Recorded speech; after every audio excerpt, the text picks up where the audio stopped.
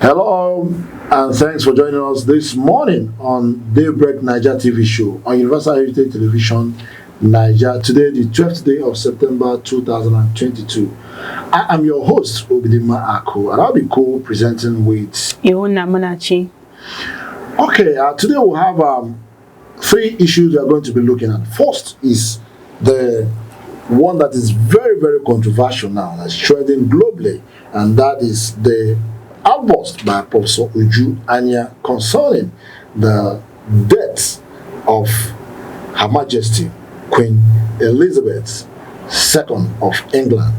Of course, we all know that before she died, when she was sick, Professor Uju Anya, who is an American-based professor, did tweet, and in her tweet she said she wishes that the Queen has a painful death, excruciating death, and this sent tongues wagging. We are going to be going into the nitty-gritty of that matter, and we're going to look at two other issues. The second one is the visitation of President Muhammad Buhari to Imo State, precisely the Warrior capital, to come and do some commissioning and other reactionary developments that are following it. And thirdly, we are going to look at the attack on Senator Ifeanyi Ubah in Anambra State, which is saying a lot about our security in this country. And this morning we'll have two gentlemen that are going to be discussing this issue with us. And the first is Barrister M.N. Obasi. Barrister M.N. Obasi is a member of the Imo Political Academic Forum. He's a regular to this program. Dr. Barrister, you're welcome to the program. Thank you very much. Okay. I also have Dr. Nebo Okodele. Dr. Nebo Okodele is the vice chairman of the Imo Political Academic Forum. He's also a regular to this program. He's also a public commentator. Doctor, welcome to the program. Thank you, Mr. Moderator. All right. So now let's look at the first issue, which is the outburst by Professor Uju. Let me just give an intro as it was captured by the Punch newspaper. He said Nigerian-born American professor Uju Anya has spoken again after her comment on late Queen Elizabeth II of England. Anya, in an interview with a foreign-based news platform, the CUT revealed her reasons for wishing the Queen excruciating pain. That's in quotes, excruciating pain. She said the late Queen Elizabeth II's throne represents the legacy of enslavement and colonialism and its direct harm. Added that she supervised the British government that caused a very painful harm to her, and the harm shaped, in quote now, the harm shaped my entire life and continues to be my story and that of the people she harmed. End of quote. Anya on Thursday had tweeted hours before the Queen's death, saying, I heard the chief monarch of a thieving, raping, genocidal empire is finally dying. May her pain be excruciating. These are her exact words. Yeah. So let me start with Barrister Obasi. How did it come to you? And okay, before you respond, let me take you to another development, an extended development to this issue is that the owner of Amazon, Amazon, Jeff Bezos. Jeff Bezos did respond to her tweet, and let me get how he responded to that. Yeah, he said Jeff Bezos said, "This is someone supposedly working to make the world better. I don't think so." Wow, that was his response. And Bosania came back and responded to his tweet and said, and quote, "May everyone you and your merciless greed have harmed in this world remember you as fondly as I remember my colonizers." End of quote. That's how she responded to it. So, Barrister Bassett, how did all this come to you? Firstly, I have to state that traditionally we have this general belief that you don't celebrate the death of anybody or wish anybody evil, irrespective of whatever differences you may have with that person when the person has died or about to die.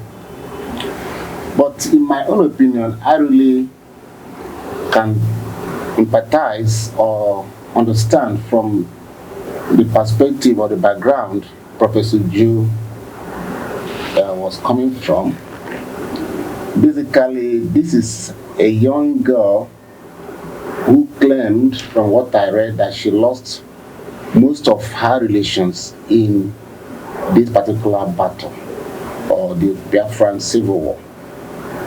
And it's so painful for one to lose his relations. And the person who supervised this destruction, or the person who encouraged, who sponsored, who energized the destruction or the annihilation of his relations, happened to be the British Empire, who was under the leadership of the Queen. Of course, the Queen happened to be the head of state. And everything done by the British is done in the name of the Queen. So it's quite understandable why she was in pain. And you can't take that away from her. So as we are trying to weigh the angle of her criticizing the dead, we also should also understand that the same person who died happened to be the one who supervised the genocidal destruction of her generation. And she said so far nobody has apologized or taken responsibility for that particular incident. So from that angle, you really have to understand the Jews' pains.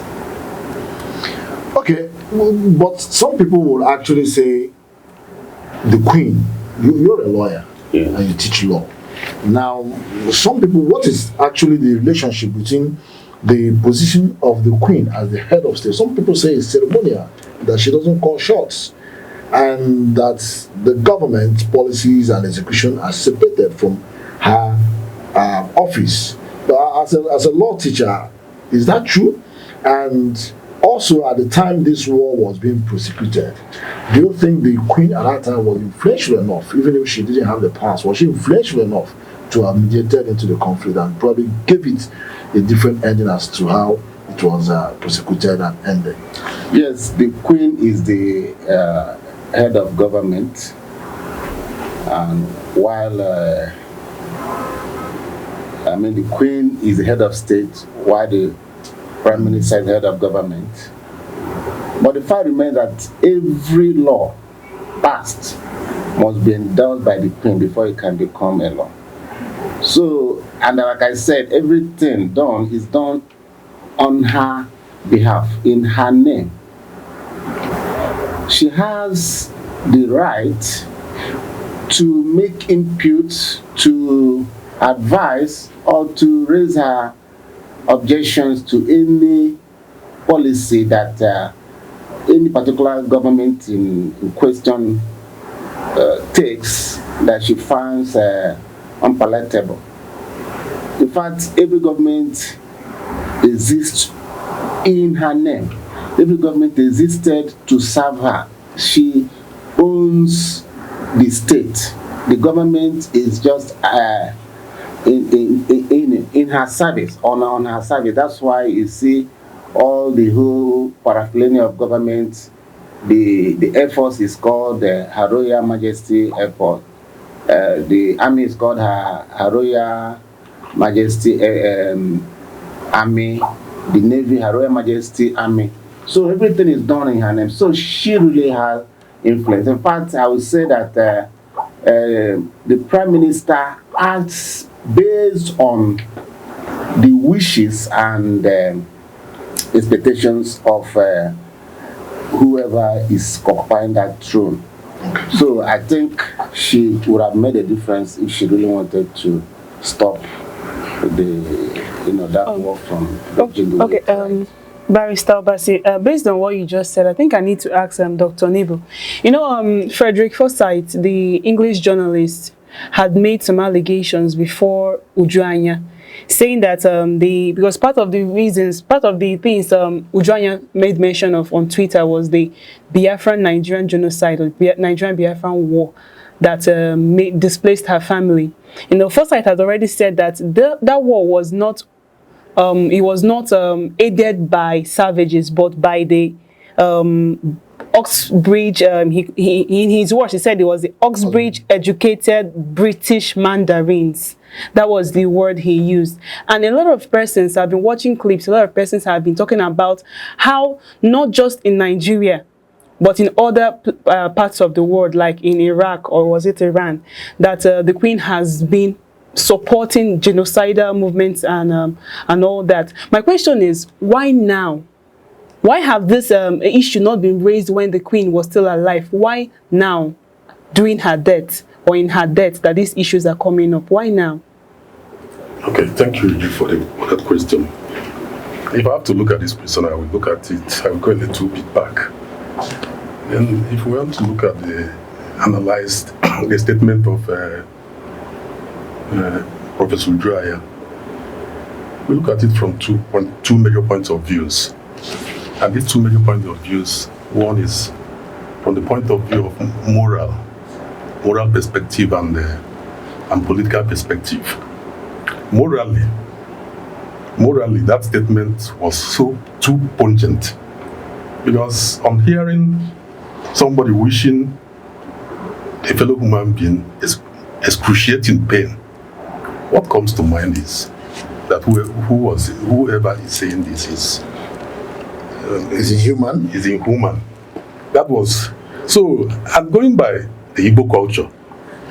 When we're talking about the spiritual angle, we look at it from the spiritual and cultural basis. Culturally, the Igbo race see death as transition from human to the spirit world, and the reason why the Igbos don't most of the time talk bad or ill against the dead is because they feel that the person has joined their ancestors, and that being joining the ancestors means, or is it that the person has become a super force that can harm them if they talk bad? That's what I'm trying to say. Joining the ancestors means that he has transited to the spirit world. And transiting to the spirit world means that the person has become one of the custodians of the destinies of the living. Okay, so and most of the time, in the Igbo culture, we try to avoid speaking ill of the dead. So Ujwanya made that comment. Yes, when somebody starts looking at that, even myself, there is a platform I belong. Somebody, a diaspora member of that platform, made a similar post. Just said it, the way he put his own is, let this woman go and rot in hell. So, immediately he posted this, so another person quickly responded and said, why? Why should he rot in jail, in hell? And when he now gave his reasons, some people accepted his decision. So what I'm trying to say, looking at this from the moral point of view, that statement could be said to be harsh.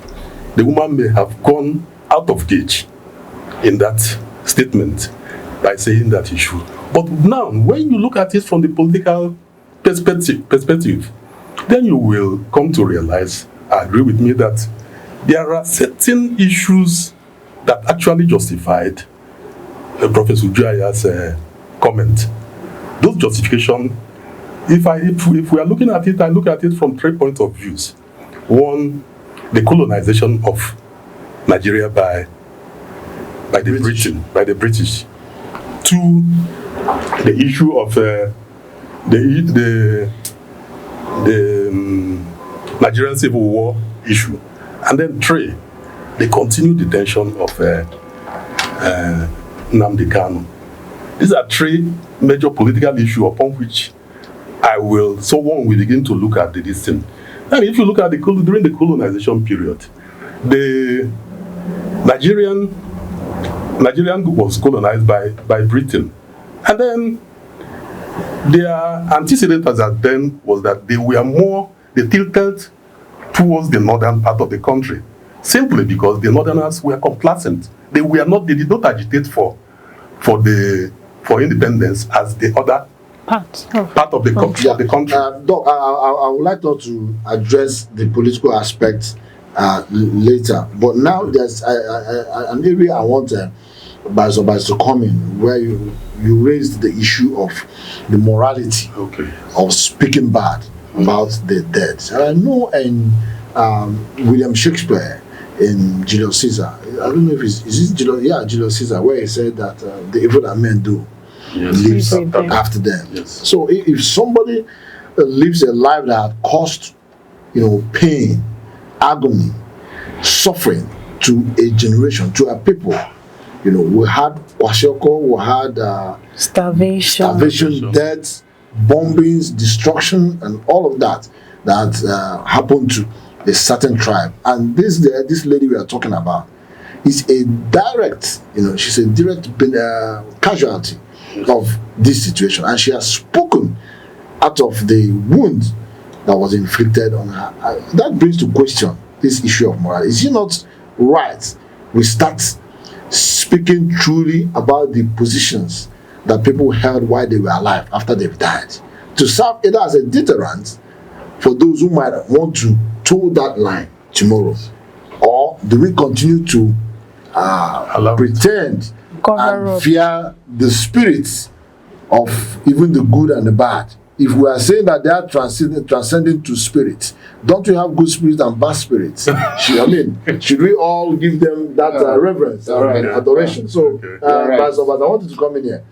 Personally, like you just alluded or suggested, I think it's time we really start giving people their dose. In other words, whatever seed a person sows, he should benefit from it. He should reap from it. If one lived a good life, is entitled to be praised and given kudos for a life well lived. And if one lived an evil life, a life that destroyed others, a life that left pain in the life of others, a life that made the world worse than he met it, they should be criticized. In fact, one should be living his or her own life beyond the present life. In other words, one should be thinking, what can people say about me when I step out of this sphere? And I think it should also help people to moderate their lives. Because this idea of trying to cover up for people, like I've had one of my uncles say one of occasions, he said, one funny thing, once a person died, all you can remember are his good deeds. You don't ever remember his evil ways. People will remember, this guy used to do this or do that. But those negative parts of that man's life will always be brushed under the carpet. So for me, speaking both the good and the bad aspect of a person's life will help us to moderate our ways. Personally, I have that personal belief that people should be able to look at you from whatever angle you lived. And if you don't want people to speak ill about you by the time you step aside, then you should start organizing yourself to live a better life. Because life is for the living, not for the dead. Yeah. Thank you, bro. Okay. You want to add anything to that? You already let me talked add about something it. to that. Okay, briefly. When I said that people criticized, or that even myself felt shocked when I hear that statement, it's not like I'm always way for the queen, but at the same time, the culture, I'm talking about the culture, the tradition of the Buharis, and the way we look at the death. We see death as kind of being sacrosanct. Yeah. Something that, especially when somebody dies, we don't usually, most of the time, any time somebody dies, all you hear about is what the goods he has done. We try to, as much as possible, remain or keep silent to those bad things the person has done. Not because the person is most of the time when you hear people sing praises of the dead, it's not because that the person is that so good. It's because by our culture, we try to avoid speaking ill of the dead. Yeah. Because we assume that the moment the person transits from the living to the dead world, the person becomes a spirit. And that's what being a spirit. In my own opinion, I think what Professor Ujo Anya is doing is actually a situation I'll call crying over spilt milk, because this lady is she's already dead. So I don't know. But some people argue against that. They say, for now, it's bringing out again the issue of Biafra. So many people who didn't actually know. Remember, there was suppression of information at the time these events happened. At that time, communication world has not got to where we are today. Yes. So the British government did a lot to suppress information concerning what was happening in Nigeria. Remember, it was Frederick Fawcett who was the first journalist that released some pictures and of what was happening, and that caused an uproar in Britain at that time concerning this incident. So this time around, younger generations in UK, I'm sure they are now, because they want to find out why is somebody wishing their queen for death. They want to know why. And if they hear about what happened in Nigeria, it might cost some more research, some investigation more, to know what actually led to that outburst. So I think, to some people, in my opinion, I think this Uju's outburst will draw a world attention once again to the Biafran genocide. Israeli genocide has been addressed, but Biafran genocide is one of the genocides that took place that have not been addressed, and nobody has taken responsibility, nobody has apologized over it. And even those who supervise the genocide are still very arrogant about it. They've not shown any remorse over what they did, and I think, in my own opinion, very soon you will see that the British will start thinking of how to really show remorse over what they have done. And I think I know in Kenya, there's been some kind of compensation for the genocide the British also committed in Kenya during the Mai Revolution. Yes. They've actually done that. So maybe this might be the beginning. Actually. For the demand for either compensation or reparation for what they did in Nigeria. Okay, to our second topic, Buhari's visit to Imo State. Dr. Nebo, Governor Hope Uzodinma has invited President Buhari to Imo State to commission some of the projects he has worked on, and IPOB has declared a sit at home on that day. What's your response to this? Well, my response is just like every other person will see it. It's not. Well, the first time I heard of this visit was just around Friday last week. I was just passing, and they said that the president will be coming, and there seems to be some preparation being made. Some minor constructions going on the roads. Then the question that came to my mind is, remembering that the date of the visit coincided with the date that Nnamdi Kanu will be going to court, I think. And that's one started wondering, why would the governor, I think if the governor should have been a little tactful, I think he should have arranged the visit to come after the visit, because he's just trying to draw a kind of, to bring about conflict or crisis in his own state by inviting him on the day that he knows that the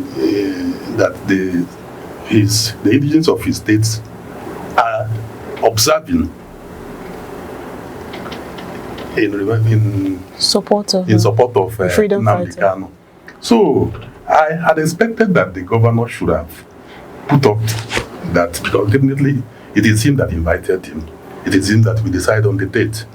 And he has advisors that should have told him. No, it might have been a coincidence. So, if it is a coincidence, the other way around, they can also say, does anything stop I mean, anybody moving around on a day anybody goes to court. No. That is saying that it's not. It didn't start today. Nnamdi Kanu had been attending courts, and we've been observing Monday as a sacred day for some days. Yeah, that observation. Some say it's actually born out of fear. You know, not commitment. People are not actually committed to it because of the violence that's associated with such declarations. So people now, so that they don't get hurt, they're staying indoors. Myself, actually, initially, I thought as much. I thought that it's probably out of fear. But even when IPOB came out openly and said, please, we never said that people should stay at home. We never declared Monday is stay at home, that people should go about their businesses on Monday, except on the days that Nnamdi Kanu will go to court. Yet, to my surprise, I still see that people have decided to make that day, that Monday, like where I'm living this morning. The youths, the young boy around that place normally use the route to play ball. And that ball was being played as I was coming out this morning. That is because they assume that Monday, the assumption is that Monday is a no work day. Okay. Let's come to Barrister Abase. What's your take on that? Personally, I don't see any conflict. One, we are dealing with a government who is the chief executive of Imo State. He has the political control of this state. Hence, he, having agreed or come into a tandem with the head of state, or what they call the president, to visit him, he has taken that decision. Nobody can begrudge him over that. The issue of IPOB, in my own opinion, the sit-at-home agenda or sit-at-home directive of IPOB is still a moral issue. It's not really an issue of fear or issue of intimidation. I think the people of Igbo extraction decide to show solidarity with Nnamdi Kanu over his what they regard as his prosecution. Not really that anybody is being intimidated, because if you watch carefully, since this Monday sit-at-home had been implemented, observed, you can hardly hear of any violence taking place, even for those who manages to come out. Do you understand me? So I think people deliberately want to associate or identify with IPOB over what they regard as the cause of the masses. So for me, there won't be any conflict. But then look at it from a political angle. I really wonder whether the government will be happy that nobody came out to show solidarity with the visit, because definitely there will be very, very little participation of the masses. Exactly. Considering that the people really have such emotional attachment to anything that concerns Nnamdi Kanu. Because I remember sometime, I don't know if it's this year or last year, when the president also came to commission some projects in Imo State, and that day was not Nnamdi Kanu's prosecution day or whatever.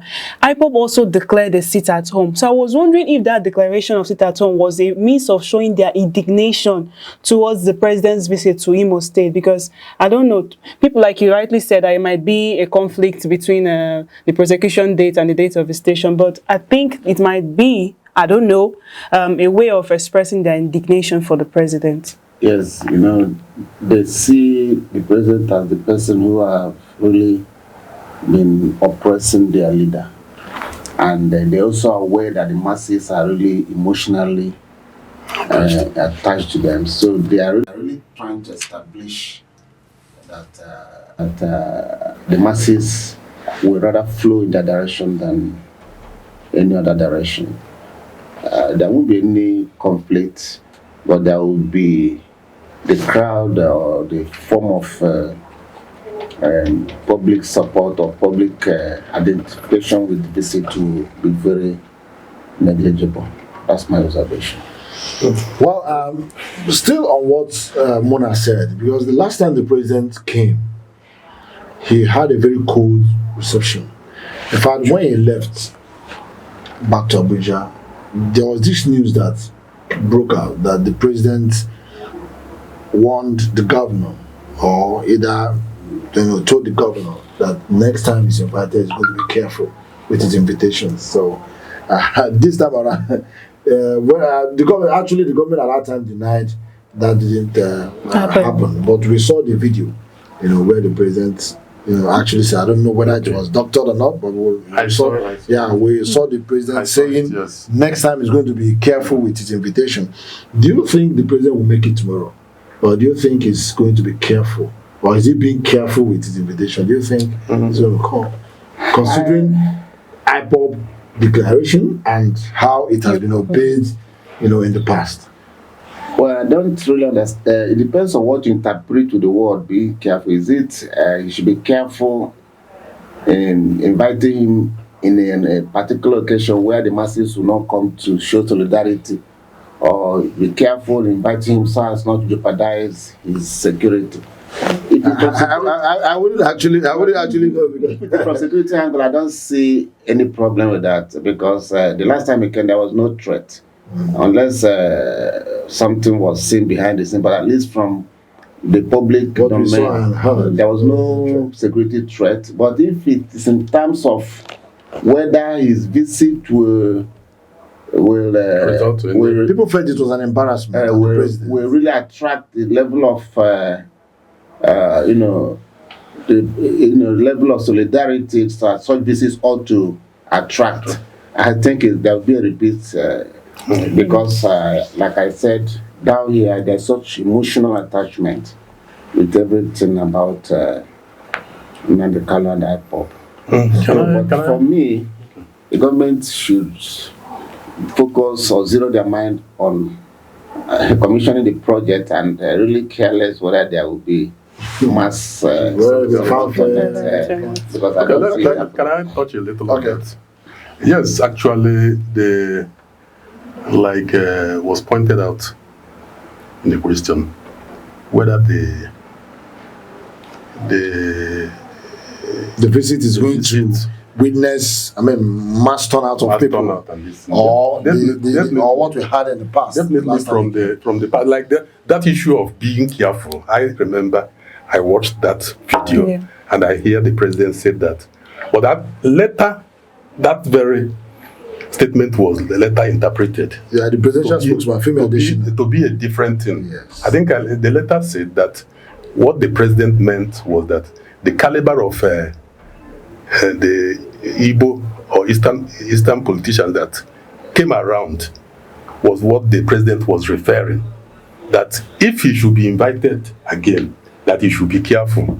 Maybe probably the kind of questions posed to him and some other issues. I think that was the reason why he made that statement.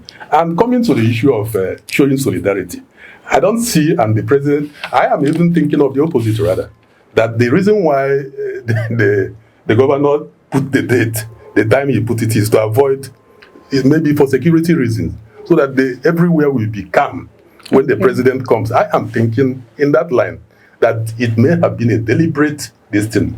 They are not looking, even the president himself is not looking for he's not interested do you think the president will be here live or is going to be represented? I think he will be here live. The level of preparation going on, he will be here live. The government and even the president himself may not be expecting solidarity from anybody. He may just be coming purely to do his work. I think even the one they came, the president even found it more interesting that the road was, everywhere was calm. There was nobody on the road. There wasn't much security threat.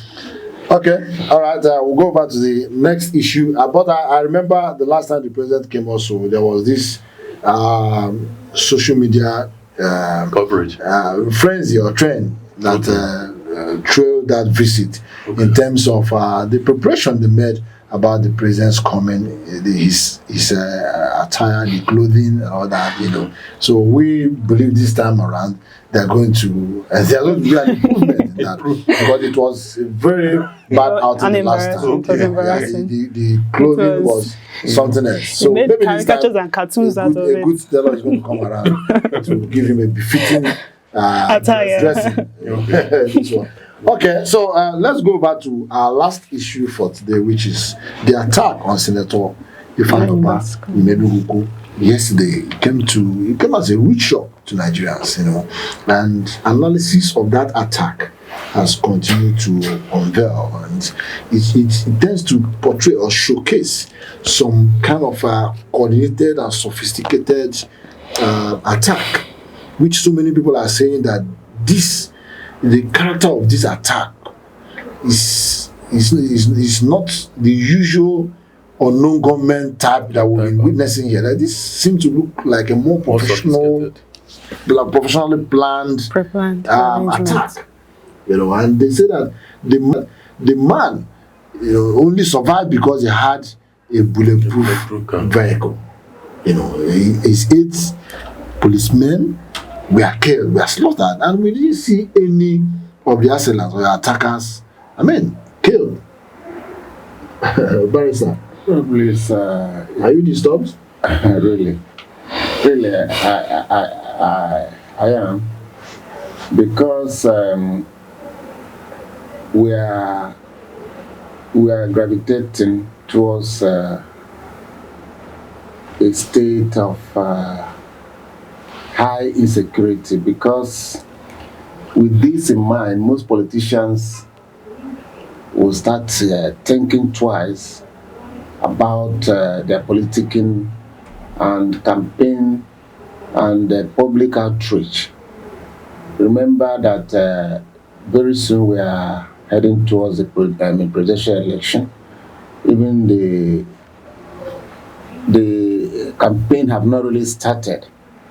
And with this kind of situation, if we don't hedge this particular style of,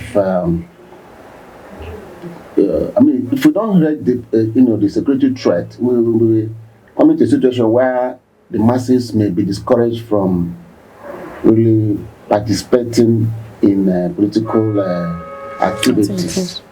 Because I have been thinking deeply that one of the things that would discourage mass participation is security issue. Once there is security threat, most people will just go into their shelves, because they have people have suffered a lot of from a political, economic angle. There's of course we are witnessing hunger, suffering, hardship, starvation. And the least people really want is a change of political leadership. And this can only come when you allow the politicians to campaign freely and to convince the masses on whom to vote for. But once it is now going hand in hand with the security threat, where the life of the masses will be at risk, most of the masses will back out. Okay, look at what happened. Senator survived, while the ordinary men, the security details died because they were not in their own security, bulletproof vehicles. So how many of us can afford to have bulletproof cars or even bulletproof vests? Yes. So like I said, if we don't hedge security threats, that may be the greatest weapon that will make or mar the next political era, especially the election may be affected heavily because of that. Okay, let me ask Dr. Nebo. With all these attacks, recurrent attacks on politicians, we heard a few months ago that the presidency was attacked, and now a 7th senator was attacked just yesterday. Do you think it would push the federal government to do something about this insecurity in our country? Do you think maybe now that they are being affected themselves, do you think they will be striving harder to do something about to do something about this insecurity in our country? if actually the attack on government official will make the government sit up with regards to the security issues of this country, one would say, let us step it up a little. But the president's convoy has been attacked. And that's what it I'm didn't saying. lead to Anything. develop. So that's what I'm trying to say. But from all indication, I am of the opinion that the government, our present government, is overwhelmed by the security issues in the country. Even if you look at even the Anambra where this thing happened, this thing happened at Enugu, a town in Anambra State. The attack, I was of the opinion that the security issue was actually improving.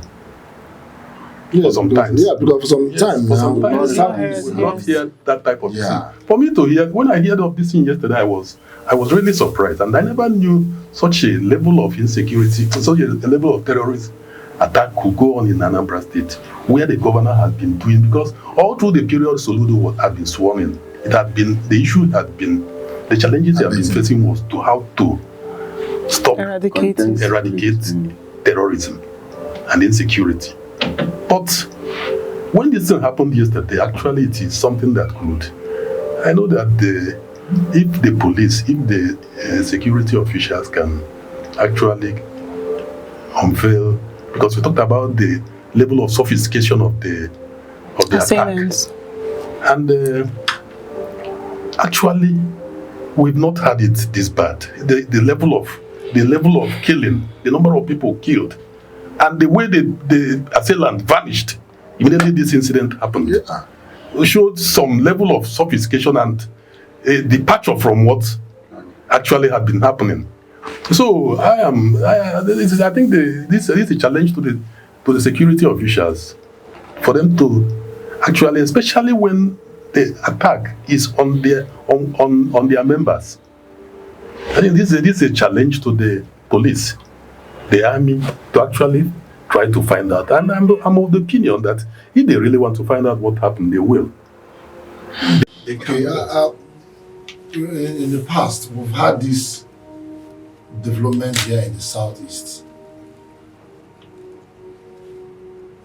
wherein at any similar incident of this sort, there's always a kind of blanket judgment over anybody or people living within that area. The next you see, there will be mass arrest, there'll be execution of people, extrajudicial execution of people within that environment and all that. And that's why people are always scared when this kind of incident take place. Do you see that playing out in this case? Yes. Because even one of the amateur videos that we saw yesterday, the young man was saying that after this video he's taken off, because the next is that there might be branded, even though the assailants. I watched that video and I heard background comments made by the people that came to the rescue. Some people were saying that they have not seen this type of, that the attack was so fierce and so this thing, and even we are asking these people that were killed, are they indigenous of the area? So, and as they were saying all these things, somebody shouted that you people should be careful, that the army will soon come in here, and you know what will happen if they come around. So going by those comments and it is actually when incidents of this nature takes place, most of the time the military official normally sweep onto go into the town where the incident takes place and start arresting indiscriminately. But I am of the opinion that they may not go about it this way this time around, because the indigents themselves, from the comments, because whatever the security official are going to do on this issue, they'll be based on that video, the evidence, the evidence, people were really condemning. The killing of those security operatives. Not comfortable with what happened. So I don't think the security will go about. Rather, they should take a very critical keep a very critical surveillance to identify this assailant and find out how the terrorism level has propped up suddenly to this level of sophistication. To this level of sophistication. So, Barrister Obasi, let's have your take on this.